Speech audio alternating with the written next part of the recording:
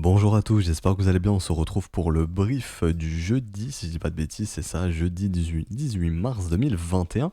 Alors aujourd'hui, on parlera du Bitcoin, on parlera bien entendu hier des taux qui ont été fixés, donc je vous expliquerai ce que c'est les taux court terme jusqu'en 2023 et pourquoi c'est très bullish. Et on a pu voir que Bitcoin a bien réagi justement à ces taux qui sont fixés jusqu'en 2023. On parlera un petit peu aussi courbe des taux, ça fait très longtemps pour les plus anciens, vous vous rappelez que j'en parlais un peu. On va revoir tout ça. On va aussi parler des assets à risque, hein, parce que les taux fixés, ça touche les assets à risque, c'est très bullish pour eux, et de voir Bitcoin très bien réagir montre en tout cas qu'il est très très probablement, dans le monde institutionnel, considéré comme un asset à risque, et non pas comme un asset moins risqué, entre guillemets, comme un gold ou des obligations ou autre. Alors, c'est ça le topo d'aujourd'hui. On parlera aussi des alts. Il y a BAT, on en parlait un peu il y a quelques semaines, il me semble, hein, où c'est un marché qui était très horizontal, qui n'avait pas connu de phase verticale. Maintenant, on est en plein dedans. Et on fera aussi une petite update sur Matic, dont on parlait du coup aussi à 3 centimes. Je vous avais montré pardon, sur Glassnode qu'il était très très accumulé celui-là. Et donc, il ne faudrait pas être étonné de voir une grosse explosion du prix. Bon, maintenant, c'est chose faite. Euh, Idéalement, le signal, enfin, c'était pas idéalement, le signal a été donné ici en janvier 2021 sur ce W. Maintenant, c'est bien trop tard. S'il vous plaît, n'achetez pas un truc vertical comme ça. Et je vais plus m'adresser à ceux qui hold cet asset et de voir un peu d'autres data. Est-ce que les gros vendent ou non, par exemple. Ok. Alors, Bitcoin. Bah, c'est très bullish, hein. On est toujours sur un asset qui est très bullish. Juste pour le moment, on a toujours du mal d'un point de vue momentum, hein. Donc ne vous attendez pas à un gros retour de volatilité à l'instant T. En tout cas, tant que le momentum reste ainsi, on peut regarder un petit indice de volat. On va regarder ça rapidement. Je passe en arrêt à ici. On a du mal justement où il y a récupéré une volatilité poussée. Vous voyez ici, on ne sait pas comme par exemple en février 2021 où on avait une bonne volatilité assez élevée ou comme en janvier 2021, etc. Maintenant, ça fait quelques semaines quand même. Vous voyez ici qu'on perd justement une volatilité élevée sur le Bitcoin. Et quand le momentum redevient fort, je vais arriver, pardon, on aura probablement justement un retour de cette volatilité. Et à ce moment-là, on pourra connaître une accélération des prix sur le Bitcoin. Pour le moment, momentum faible, on n'a pas tellement de signes de bottom sur la volatilité, par exemple, c'est pas comme ici, où vous voyez du W se dessiner, donc hop, retour de volat, de nouveau W ici, qui montre vraiment qu'on a un bon retour de volat. Ici, c'est pas le cas. Donc, il faudra pas s'attendre à un Bitcoin qui bouge dans tous les sens. Et c'est très positif pour les altcoins parce que si comment dirais-je, les capitaux naviguent, c'est-à-dire que si Bitcoin ne bouge pas, c'est-à-dire qu'il n'y a pas tellement de capitaux qui naviguent dans Bitcoin, hein. Donc ces capitaux justement peuvent naviguer ailleurs ou ça sur les alts. Donc c'est très positif pour les altcoins quand la volatilité du Bitcoin baisse. Ça permet aux altcoins de performer un peu.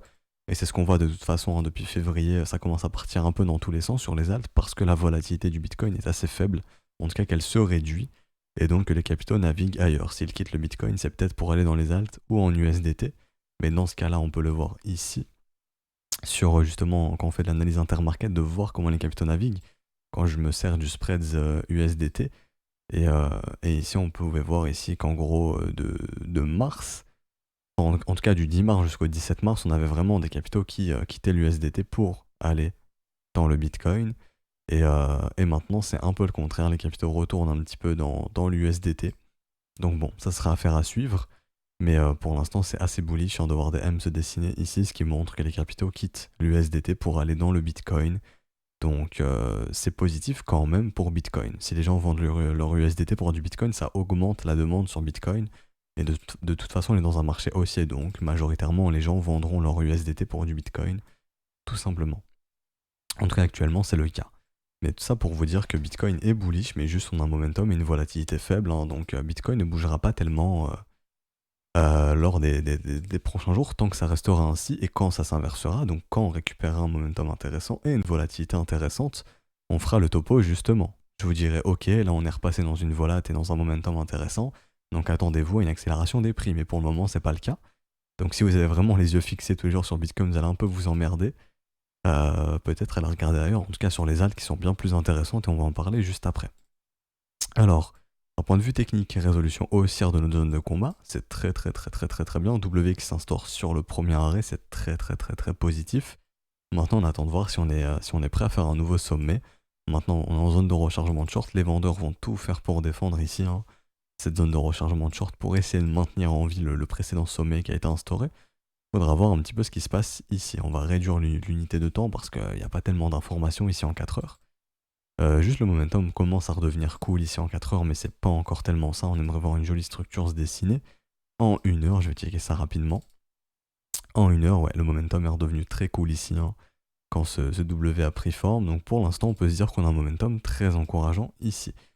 Une petite structure qui s'instaure ici en 4 heures, donc on a une petite perte de dynamique ici. Bon, rien de bien grave. Les vendeurs se montrent et repoussent le prix. C'est pas très très inquiétant, j'ai envie de dire. Je vais juste, hop, comme ça, tracer mon fil. Donc pareil, est-ce qu'on pourrait simplement revenir faire un tour sur le premier arrêt, 57 100 $ environ, et aussi justement pour revenir tester la cassure de la zone de combat. Donc là, tout s'aligne un peu, donc voilà, il y a peut-être des infos qui pourraient nous amener à penser qu'on peut revenir par ici, hein, vers les 57 000 $, ou zone de rechargement maintenant entre 55 600 et 54 500. Mais dans un premier temps, premier arrêt probablement. Du côté de l'order flow, il y a quelques acheteurs qui sont entrés, hein, sur ce mouvement haussier ici. On le voit, l'open interest a un peu augmenté, le funding a accompagné, donc beaucoup de gens sont entrés à l'achat ici. Donc ça ferait sens, entre guillemets, de venir chercher peut-être les 57 000, voire un petit peu plus bas, histoire de sortir quelques acheteurs. Ou pas, ou pas. Parce qu'on n'a pas un momentum faible en 1 heure, ok. Le momentum n'est pas encore faible en 1 heure, donc peut-être qu'on va poursuivre directement, ok. Mais voilà, de ce que j'ai sous les yeux, généralement, quand ces petites structures se montrent en zone de rechargement de short, il y a quand même une perte de dynamique, hein, donc généralement, on revient tester un petit peu plus bas, donc le premier arrêt serait très très cohérent. Mais bon, là, c'est vraiment sur du court terme. Honnêtement, Bitcoin est toujours très très haussier, il n'y a aucun problème là-dessus. Et il se comporte très bien, juste on a un momentum faible, hein, donc c'est pour ça qu'on s'emmerde un peu sur le Bitcoin et que l'intérêt diminue, parce que les gens sont intéressés par la volatilité, et ici l'intérêt de Bitcoin baisse un peu depuis début janvier. Depuis début janvier, on n'a pas réussi à refaire de nouveaux sommets sur l'intérêt, la même chose sur Ether, parce que la volatilité baisse, et les gens seront réintéressés quand la volatilité reviendra. Donc pour le moment, les gens délaissent un peu le Bitcoin. Et honnêtement, c'est compréhensible, hein, premièrement parce que les gens sont attirés par la volatilité, mais les gens sont aussi intéressés par faire du profit, et quand Bitcoin ne bouge pas énormément, ils ne sont pas intéressés. Alors que généralement, quand un asset ne bouge pas, c'est là où il est le plus intéressant, bien entendu. Mais bon, passons. Donc voilà, pour le Bitcoin, l'update est fini. Faites juste attention dans la zone de prix actuelle, en zone de rechargement de short. Certains sont en train de se hedge ici, hein, donc je pense que beaucoup d'argent institutionnel ici se hedge un petit peu, réduit un petit peu les positions dans cette zone de rechargement de short, mais rien de très très grave. Rien de grave, il n'y a pas de sommet de marché. Peut-être un petit mouvement de respiration pour aujourd'hui, c'est tout. Et donc, ce gros mouvement ici haussier, en tout cas, Bitcoin a très bien réagi justement à ces taux court terme fixés, hein, donc on en parlait il y a quelques mois. Du coup, c'était en mars 2020, si j'ai bonne mémoire, où on avait eu l'info que les taux court terme avaient été fixés jusqu'en 2022. Donc, c'est-à-dire qu'on peut emprunter de l'argent sans avoir à la rembourser. C'est magnifique, non? Il n'y a plus de taux d'intérêt, en tout cas, ils sont très, très, très, très, très, très, très, très, très faibles. C'est très positif pour les assets à risque, hein, puisqu'on va pouvoir emprunter de l'argent. Probablement que la masse monétaire va continuer d'augmenter, qu'on va imprimer. Et tout cet argent va être injecté où? Bien entendu, dans les actions, je pense, dans les indices. Et quel est le secteur qui réagit le mieux depuis cette dévaluation du dollar? Non, ce n'est pas les actions, non, ce n'est pas les indices, mais c'est bien les crypto-monnaies. Quel asset a le plus performé depuis justement ces taux fixés sur du court terme, et depuis que la planche à billets ne cesse de tourner? Ce n'est non pas une S&P, ce n'est non pas le gold, etc. C'est bien le Bitcoin. Donc là, j'ai réduit l'échelle du Bitcoin parce que sinon il sort de l'écran. Mais si je la remets à échelle normale, vous avez compris le truc, c'est bien plus élevé, ok? Donc c'est très très bullish. Premièrement pour les assets à risque, on le voit, hein, ici, il a réagi très très bien. Bitcoin a très bien réagi quand c'est sorti. On a vraiment eu ce gros break ici. Donc très rapidement, en 1 heure, on est passé de 55 000 à 57 600, donc ça a très très bien réagi. Breakout, et c'est très positif, tout simplement. C'est très positif. Et pour ceux qui s'en souviennent un peu, et je parlais de ça avec les élèves tout à l'heure, quand on parlait un peu de la courbe des taux. Donc là, vous avez les taux court terme, ici, oui, j'ai oublié de le préciser, hein. La courbe violette, c'est les taux court terme à 3 mois, et la courbe rouge, les taux long terme à 30 ans. Et l'info qu'on a, c'est quand quand les taux court terme dépassent les taux long terme, on a un risque de récession imminent à 6 mois. Que s'est-il passé 6 mois après, donc environ 180 jours, on vient ici. Rappelez-vous quand on était en février-mars, Covid, et là, boum. Les marchés sont un petit peu pris une claque et bon, oui, on a eu une récession claire, ok? Alors, complot ou pas, ça c'est pas moi qui vais parler de ça, je m'en fous honnêtement. Juste que les marchés avaient parlé ici et du coup, bah, pour pallier à ça, hein, pour pallier à ce problème, entre guillemets, bah, on a fixé les taux. Et maintenant, c'est fixé jusqu'en 2023, c'est très très bull pour les assets à risque. Et c'est honnêtement, c'est très positif. Et donc Bitcoin réagit très bien à ça, c'est très très bull. Et euh, quand on voit justement que le S&P est prêt à instaurer quelque chose de très gros, donc les gens disent oui, S&P c'est une bulle, oui, comment dirais-je, ça va s'effondrer, l'économie va mal, le marché monte, je comprends rien, mais qui vous dit que l'économie va mal? Les médias? Et que vous disent les marchés? Les marchés nous disent que ça va très bien. Alors oui, il y a des entreprises qui font faillite, mais qu'est-ce qu'on en a à foutre quand des mastodontes comme Amazon, Apple, etc. font des records de revenus? Et c'est eux les plus riches, c'est eux qui font le plus de fric, tout simplement. Donc quand ces mastodontes vont bien, entre guillemets, tout va bien, j'ai envie de dire, malgré qu'il y ait de la faillite, etc. Mais ces mastodontes vont très très bien. Et que dit le marché? Le marché dit que tout va très bien. Et je suis d'accord que les marchés ont pris de la valeur grâce à cette dévaluation du dollar. Mais bon, il n'y a plus d'excuses ici. Quand on retire cette dévaluation du dollar, quelle structure voyez-vous? On voit un épaule-tête-épaule inversé qui est prêt à s'instaurer. Donc, en ayant retiré la dévaluation du dollar, donc sans inflation, le S&P faisait du surplace. Et c'est pas encore confirmé, le S&P fait du surplace depuis grosso modo les années 2022. Donc depuis 2002, pardon, waouh. Depuis 2002, le S&P fait du surplace, donc ça fait environ 20 ans qu'il fait du surplace. Et ça, ce serait vraiment le signal qui annoncerait vraiment un gros cycle de croissance. Donc, ce qui pourrait annoncer que S&P pourrait prendre de la valeur, donc les gros indices, les actions, les petites actions aussi, bien entendu. Et donc avec les élèves, justement, on s'intéresse à ces petites actions, donc dans différents secteurs, hein, blockchain, santé, intelligence artificielle, robotique, pardon, l'électrique, la réalité augmentée, la réalité virtuelle, parce que justement, on a des assets qui sont très très intéressants, et ces petites actions sont peut-être le Bitcoin de 2009 ou l'Ethereum de 2016. En tout cas, techniquement, c'est ce qu'on est en train de voir, que certaines petites actions commencent à instaurer de très jolies structures et qu'elles pourraient énormément performer dans les prochaines années. Et le signal est tout proche d'être donné, hein. Le signal est tout proche d'être donné. Et donc on pourrait avoir un S&P très très bullish pour les 10-15 prochaines années. Et quand je parle du S&P, je parle aussi des assets à risque. Ok? Donc en tout cas, rien de plus à dire que c'est très très bull, ces taux fixés jusqu'en 2023 avec les assets à risque qui répondent très très bien à cela. Ok? Alors ensuite côté spreads, bon bah pour l'instant il n'y a rien de plus à dire, hein. Les spreads sont croissants donc il n'y a pas à s'inquiéter de ce côté-là. On a un tout petit peu nettoyé ici cette accélération pardon, des spreads, mais rien d'inquiétant, la demande est croissante, tout va bien. Donc ça je vais aller un petit peu plus vite. Côté asset à risque, j'en ai parlé, il n'y a pas besoin de refaire le topo. À part pour dire que les obligations sont très très mal en point. Le gold, on verra s'il sera mal en point, je vais en parler rapidement. Puisqu'on on a des assets à risque qui sont très bullish, on a un S&P qui est prêt à faire quelque chose d'assez grandiose. Et que font les obligations? Bah, les obligations, c'est pas joli, hein. J'ai envie de dire, c'est pas joli quand vous voyez ce genre de structure s'instaurer devant vous. C'est pas beau et on est clairement dans une dynamique baissière. On est en train de perdre le premier arrêt. Donc probablement que le prochain rendez-vous ce sera dans cette zone de rechargement et si vous cherchez à acheter des obligations, bah idéalement cette zone vous attend. En tout cas cette zone sera intéressante pour vous, mais quelle est l'information qu'on a quand on voit ça? Je passe en close line. Ici l'obligation, très vert, c'est pas du tout joli. Regardons le gold. Le gold, du M-top aussi, c'est pas très joli. Maintenant, on est sur le premier arrêt pour le gold. Alors le gold, faudra faire très très attention de voir si ce premier arrêt va être maintenu. Si on perd le premier arrêt sur le gold, pardon, bah on pourra s'attendre à un petit retour dans cette zone de rechargement, probablement, pour les prochaines semaines, prochains mois. Donc là, pour recharger en gold, ça serait génial. Ici, si on est réellement toujours dans un mouvement tendanciel haussier, le gold ne devrait pas aller sous ce premier arrêt.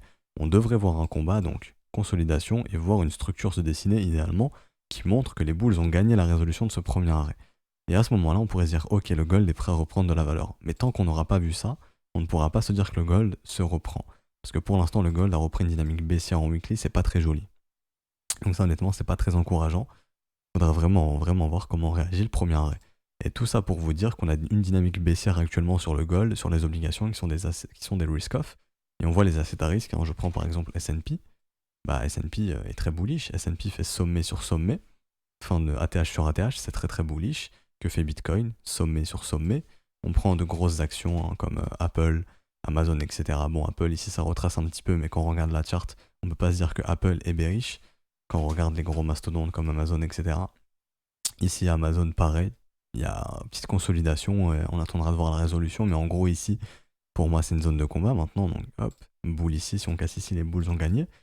Si on casse ici, les Bears ont gagné. Donc, on va voir la résolution. On attendra, hein. Si c'est réellement toujours un marché haussier, probablement résolution haussière. Et j'ai envie de dire, tout va bien pour les actions et les indices. Et par contre, les risk-off vont mal. Et Bitcoin se compare comment? Comme un asset à risque. Donc, Bitcoin va aussi très bien. Et Bitcoin pourrait performer encore et encore, puisqu'on le voit, le type de secteur recherché, c'est les assets à risque. Et donc, l'argent institutionnel va se concentrer où? Sur les assets à risque. Et donc, ici, je vais aller, je reparlerai de BAT après, je vais aller sur le Bitcoin, et je vais choper les informations de Glassnode, sur Grayscale, pardon, j'ai écrit Glassnode parce que je pensais à ça, Grayscale Flows. On va prendre, hop, comme ceci, je vais modifier l'unité de temps ici, on va passer, non, je veux juste, voilà, zoom, on va mettre sur 3 ans, hop, je vais zoomer avec la max data que je peux récupérer. Pourquoi Glassnode achète, Glassnode, j'arrête de dire Glassnode, pourquoi Grayscale achète autant de Bitcoin? C'est parce qu'il y a de la demande, tout simplement, il y a de la demande, et les institutions veulent du Bitcoin. Et pourquoi elles veulent du Bitcoin? Parce qu'on l'a vu, les assets à risque, enfin, les risk-on, c'est le secteur recherché, et Bitcoin est considéré comme un asset à risque, ok? C'est pas moi qui le dis, hein, c'est les marchés qui le disent. Alors voilà, je voulais parler de ça, et d'ailleurs le holding de Grayscale se porte très très bien, ok? Pour l'instant ça semble pas, ça diminue pas, donc c'est très très positif, juste on peut voir ici qu'ils ont un peu arrêté d'acheter un petit peu de Bitcoin, ok? D'ailleurs ça concorde un peu avec cette perte de momentum, je sais pas si vous vous en rendez compte, mais par exemple ici en janvier 2021 on avait un momentum très fort, une volatilité très élevée, il y avait beaucoup d'achats de Bitcoin par Grayscale, et maintenant ça s'est un peu calmé, donc on peut se dire que côté Instit ça a un peu baissé l'achat de Bitcoin, donc c'est ce qui peut expliquer justement ce momentum un peu faible, donc cette montée lente. Et je vais regarder aussi le cote, ça fait très longtemps, donc là je dérive un petit peu, mais bon. Je vais regarder le cote rapidement, ça donne quoi?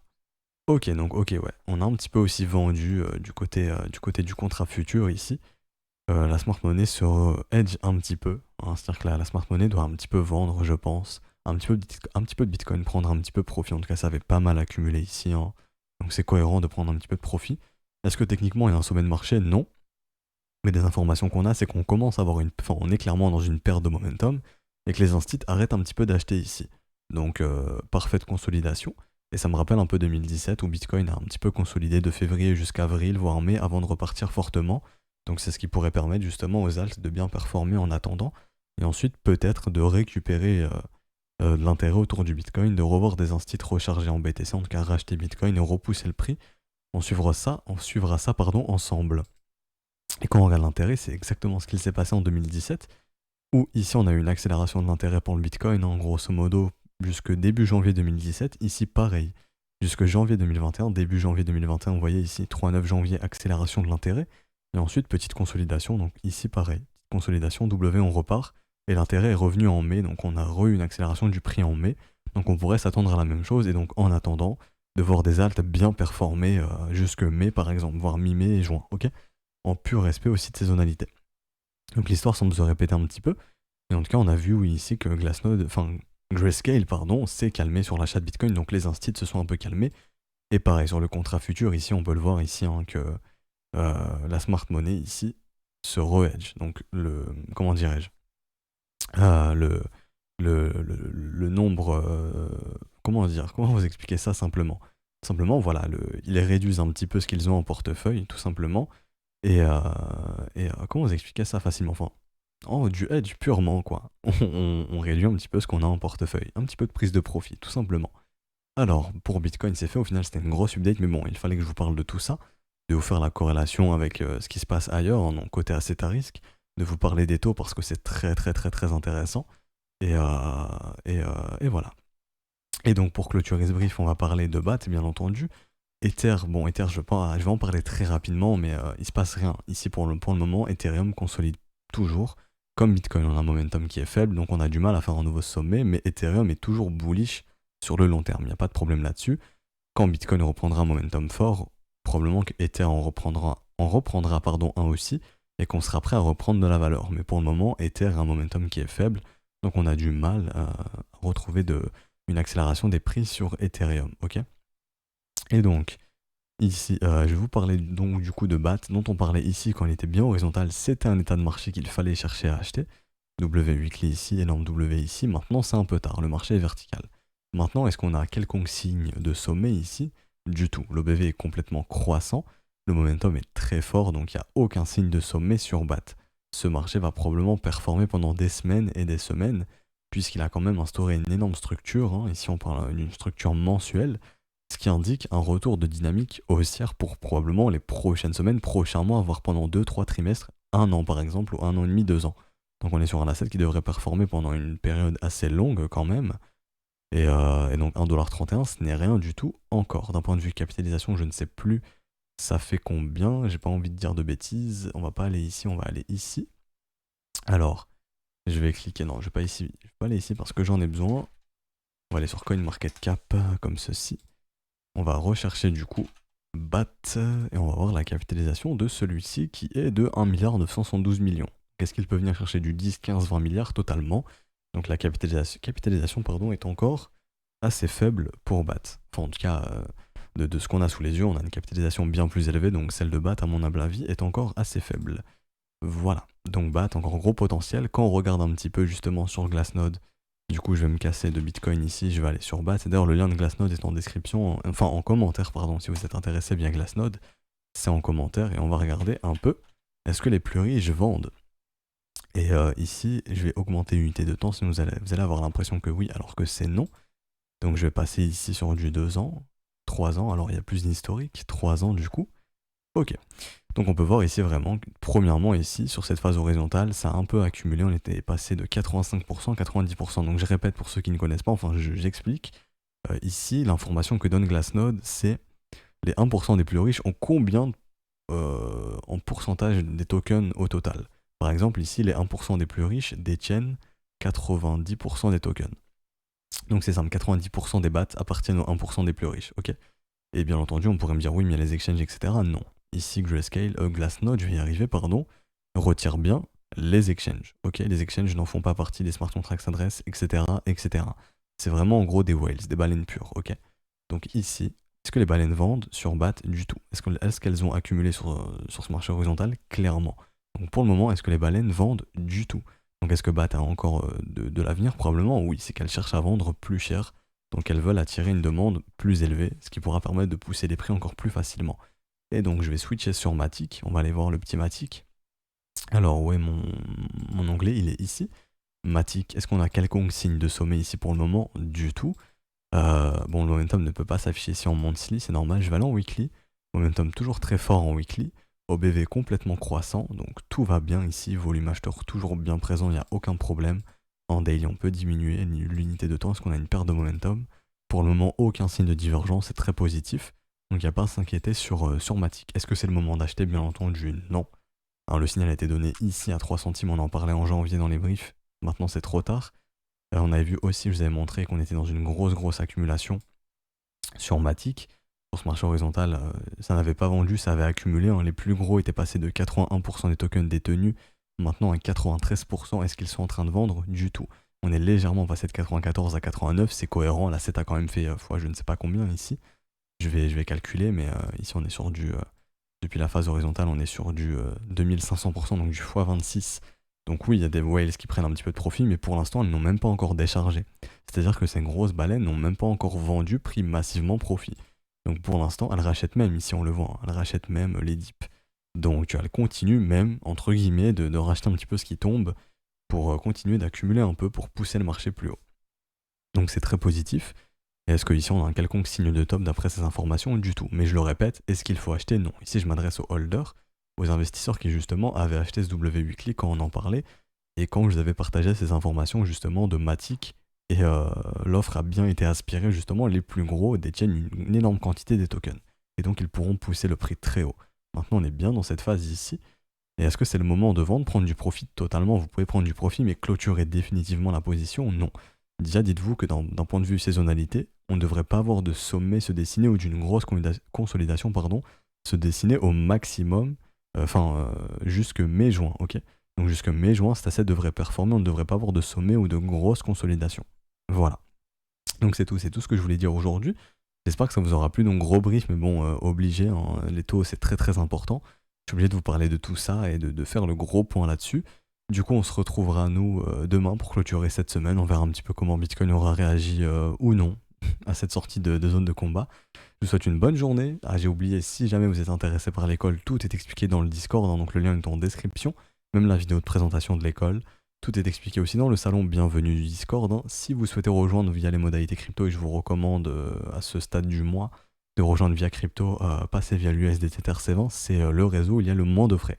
Voilà, je vous souhaite une bonne journée, on se retrouvera donc demain. Ciao ciao.